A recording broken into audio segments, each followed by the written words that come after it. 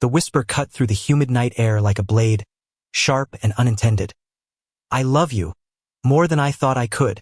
Hudson froze in the shadows of the pine grove, his heart slamming against his ribs, because the voice belonged to Wyatt, the camp coach whose gaze had been unraveling him all summer.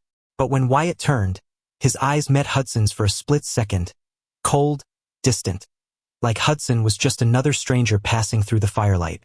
In that moment, the words Hudson had never heard aimed at him twisted into a secret wound, one that would bleed through the rest of the endless Montana nights.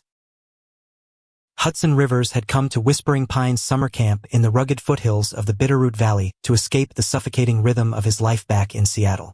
At 22, he was adrift, a recent college dropout with a half-finished degree in environmental science and a string of failed relationships that left him questioning if love was just a myth peddled by indie films and late-night podcasts. The camp, a sprawling 200-acre haven of log cabins, rope courses, and glassy lakes, promised simplicity. Guide wide-eyed teens through Trust Falls and campfire songs, breathe in the sharp scent of ponderosa pine, and maybe, just maybe, stitch together the frayed edges of his own soul. But on that first evening in late June, as the sun dipped behind the jagged peaks, Hudson realized escape was an illusion. The real stories here were the ones that clawed their way out of silence.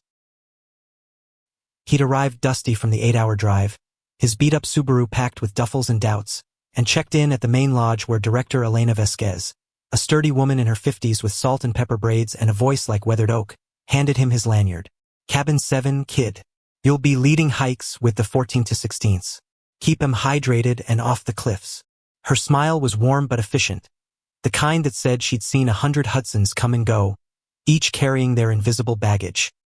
He nodded, forcing a grin, and lugged his gear down the gravel path to the counselor's quarters, a row of A-frames nestled against a creek that murmured like forgotten confessions. By dusk, the staff bonfire crackled to life in the central clearing, a ritual Elena swore built tribal bonds. Hudson hovered at the edge, nursing a s'more on a stick, the chocolate melting sticky against his fingers. That's when he saw Wyatt Harlan for the first time. Wyatt was 30, broad-shouldered and sun-kissed, with close-cropped black hair that caught the fire's glow like embers, and eyes the color of storm clouds over the Rockies, gray-blue, intense, the sort that could pin you in place without a word. He wore the camp uniform effortlessly, khaki cargo shorts, a fitted polo that hugged his runner's build, and boots scuffed from years on trails. As the head athletics coach, Wyatt commanded the circle with easy authority, strumming a guitar and leading a ragged rendition of Wagon Wheel, his laugh booming low and genuine when a junior counselor named Mia botched the chorus. Hudson watched from the periphery, drawn in despite himself. There was something magnetic about Wyatt, the way his hands moved with quiet precision, calloused from gripping climbing ropes and tossing footballs, the faint scar above his left eyebrow that hinted at stories untold. When their eyes met across the flames, Wyatt's lingered just a beat too long, a flicker of curiosity that sent a warm jolt through Hudson's chest. He looked away first, cheeks flushing under the pretext of the heat, and busied himself with the fire's edge, poking at logs until sparks danced upward like fleeting wishes.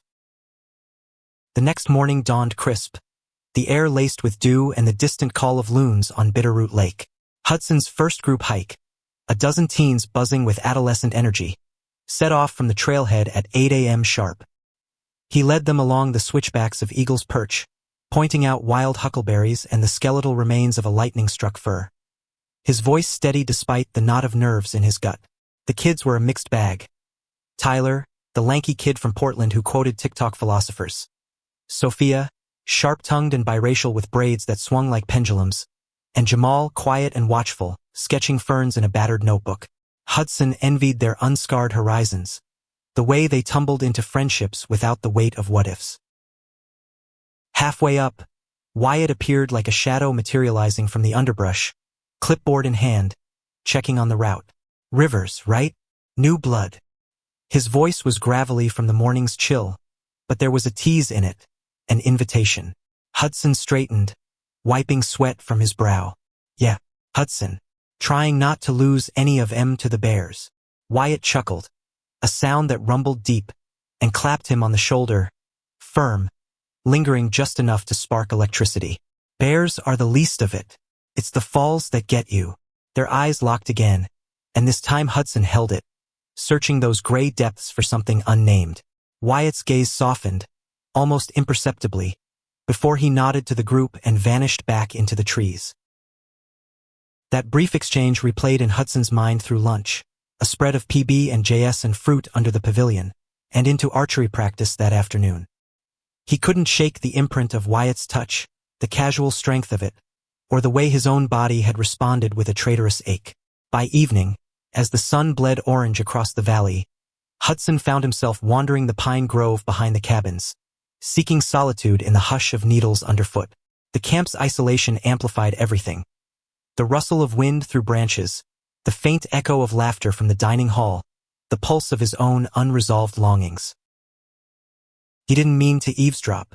The voices drifted from a cluster of boulders near the creek, low, intimate, wrapped in the night's velvet dark. Hudson paused, boot half lifted, as recognition hit. Wyatt, and someone else, tone hushed and urgent. Been thinking about this all day. You make me feel. Pause, heavy with breath. Then, the words that shattered the quiet. I love you, more than I thought I could. Hudson's world tilted.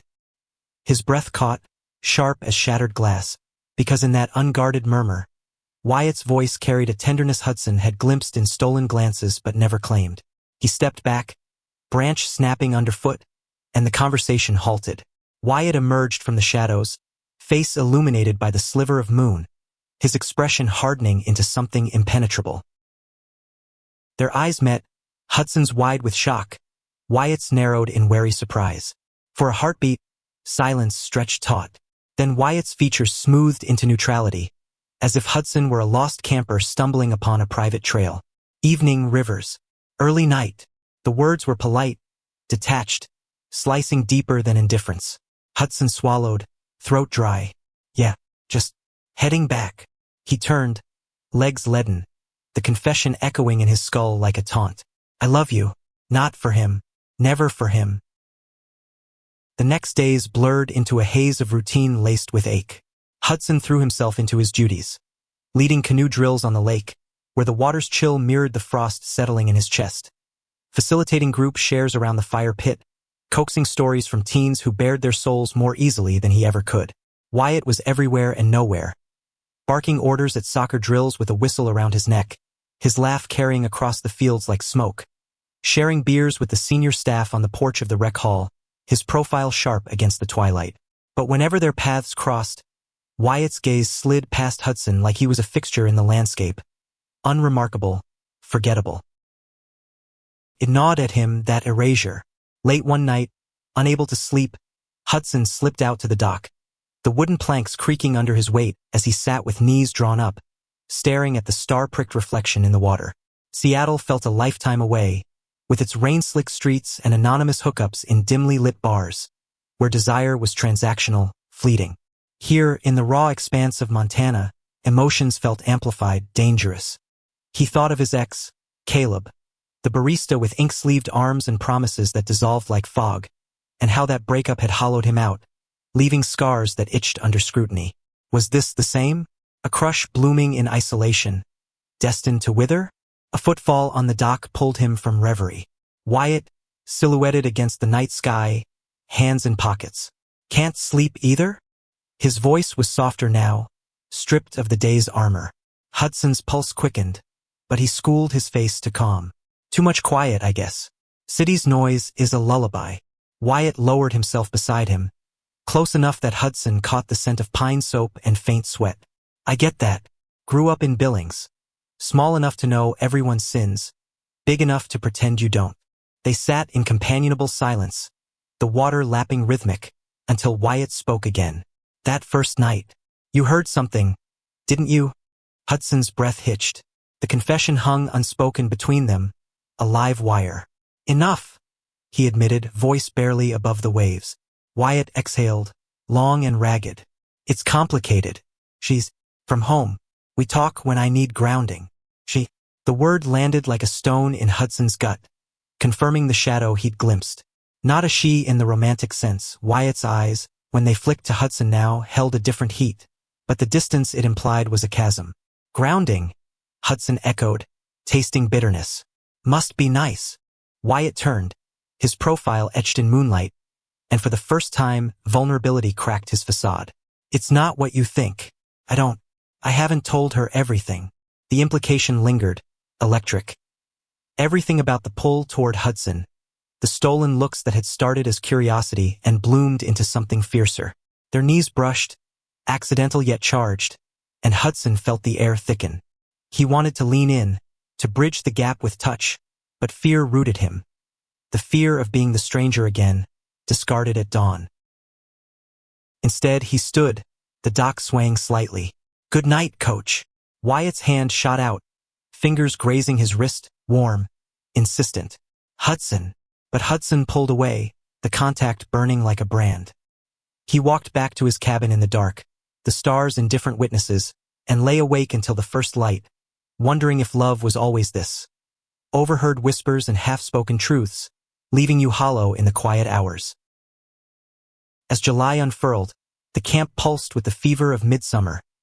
Bonfires roaring higher, laughter echoing louder, the air heavy with the promise of thunderstorms. Hudson buried his turmoil in activity, mapping stargazing routes with Jamal, who confessed over trail mix his own quiet crushes on a boy back home, teaching Sophia to tie knots that held fast against unraveling. But Wyatt's presence was a constant undercurrent, pulling at him like the lake's tide. During a staff volleyball game on the sun-baked court, Wyatt spiked the ball with ferocious grace, muscles coiling under his tank top, sweat tracing paths down his neck. Their team won, and in the crush of high fives, Wyatt's palm pressed flat against Hudson's back, deliberate, searing, before he pulled away with a grin that didn't reach his eyes. That night, the storm broke. Rain lashed the cabins in sheets, thunder rumbling like distant artillery. Hudson paced his room, the wooden floor cool under bare feet, when a knock rattled the door. Wyatt stood there, drenched, t-shirt clinging transparent to his chest, hair plastered dark. Can I come in? No preamble, just raw need in his voice. Hudson stepped aside, heart thundering louder than the sky. The door clicked shut, sealing them in lamplight and tension. I can't do this halfway, Wyatt said, words tumbling out as he raked hands through wet hair. The call's home, their habit, not heart. But you! He stepped closer, close enough for Hudson to see the flecks of green in his eyes, the pulse jumping at his throat. You make me want to burn it all down. Hudson's resolve cracked. He reached out, fingers tracing the line of Wyatt's jaw, rough with stubble, and Wyatt leaned into it, eyes fluttering shut. Their lips met, slow at first, tentative, then hungry, a dam breaking after weeks of restraint. Wyatt tasted of rain and salt, hands mapping Hudson's sides with reverence, pulling him down onto the narrow bed. In the aftermath, tangled in sheets that smelled of cedar and desire, Wyatt whispered truths into the dark. The ex-fiancée waiting in Billings, the pressure of small-town expectations, the fear that had kept him silent. Hudson listened, tracing patterns on Wyatt's skin, feeling the weight lift even as new shadows loomed. For the first time, he wasn't the stranger. He was seen, wanted, the hook of those overheard words reforged into something shared. But secrets have a way of surfacing. A week later, during the camp's annual talent show, a riot of off-key karaoke and awkward skits, Hudson caught Mia, the junior counselor, slipping a phone to Wyatt behind the stage.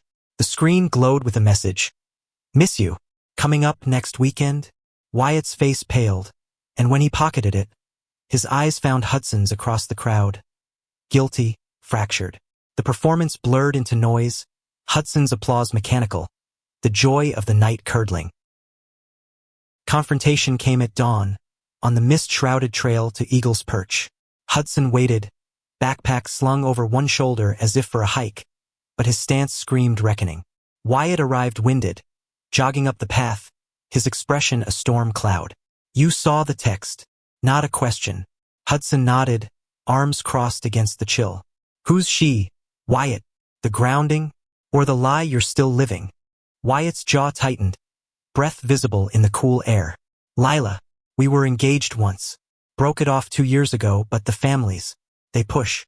She's coming to visit, to talk things through. The words hung heavy, laced with resentment. Hudson's chest ached, the vulnerability of their nights together now tainted. And me? Am I the summer fling? The thing you confess to when the rain pours? Anger sharpened his voice, raw and unfiltered. No. Wyatt stepped forward, hands raised as if to bridge the gap. You're the reason I question it all. The first real pull I've felt in years. But doubt had rooted, fed by the overheard love that started this, now echoed in digital ghosts. Hudson shook his head, backing away. Then prove it. End the charade before it ends us. He turned, the trail swallowing him whole, leaving Wyatt alone with the rising sun and the echo of what might have been. The days that followed were a slow unraveling. Lila arrived on a Friday, her SUV crunching gravel into the lot.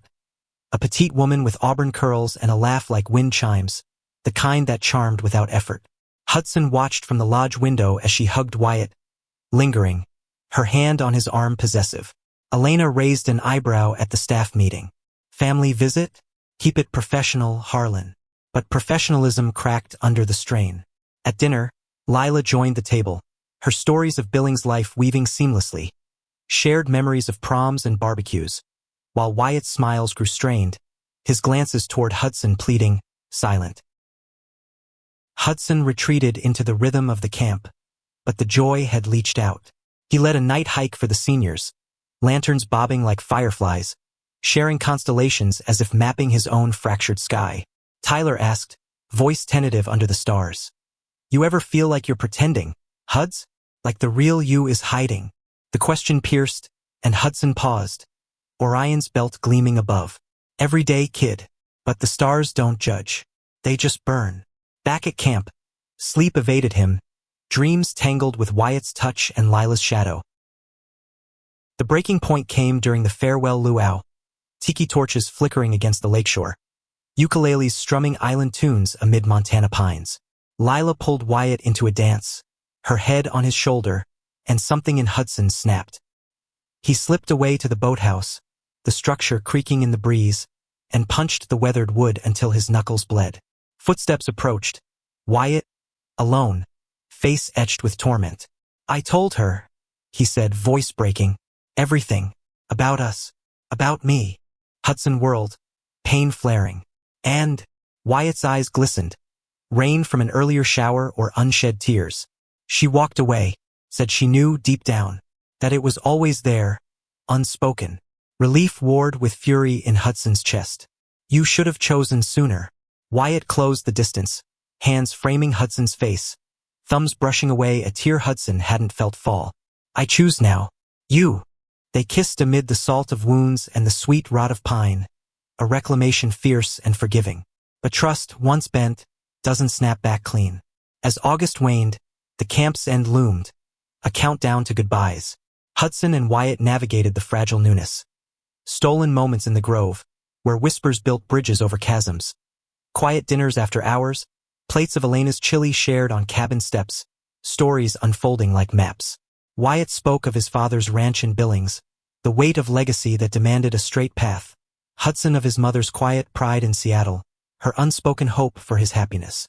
In those exchanges, layers peeled, revealing not strangers, but mirrors. Two men grappling with the vastness of self. Yet crisis shadowed their healing. A week before close, Jamal confided in Hudson during a solo counseling session.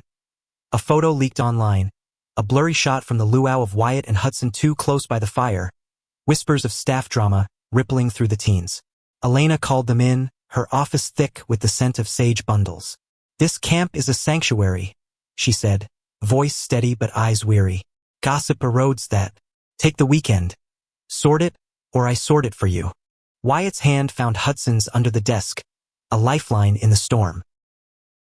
They drove into town Darby, a speck of a place with a diner boasting the best huckleberry pie west of Missoula. Over coffee black as midnight, Wyatt laid bare the fear. What if this leaks further? My job, my family. Hudson's response was fire-tempered steel. Then we face it, together. Or what's the point of any of this? The diner hummed around them. Truckers nursing mugs, locals in flannel debating football. And in that ordinary hum, Hudson felt the pull of normalcy, the human ache for connection unbroken by secrets. Back at camp, They confronted the group at assembly. Wyatt's voice steady, owning his truth, Hudson beside him, hand in his. The teens listened, some shifting awkward, others nodding fierce. Tyler's grin defiant, Sophia's eyes shining. Elena closed with a nod. Love isn't the enemy here. Hiding is. The air lightened, a collective exhale. And in the days left, bonds deepened. Bonfires where stories flowed freer, hikes where hands brushed without shame. On the last night, under a meteor shower arcing like silver tears, Hudson and Wyatt lay on a blanket by the lake, fingers laced. I overheard your first words of love, Hudson murmured. The memory softened now. Wyatt turned, eyes reflecting the streaks above. And you became mine. No grand gestures, just the quiet profundity of two souls aligned against the dark expanse. As campers loaded buses at dawn, hugs exchanged sticky with farewell, Hudson lingered on the dock, watching Wyatt help load gear. Seattle called, but so did this, the valley's wild heart, the man who'd looked at him once like a stranger and now like home. They drove out together, Subaru rattling south, toward Billings first, then whatever horizon they forged. In the rear view, whispering pines shrank, but the echoes lingered. Of whispers turned confessions, of strangers made lovers, of healing carved from the raw stone of truth. The road unspooled, endless and open, and for the first time, Hudson believed in arrivals.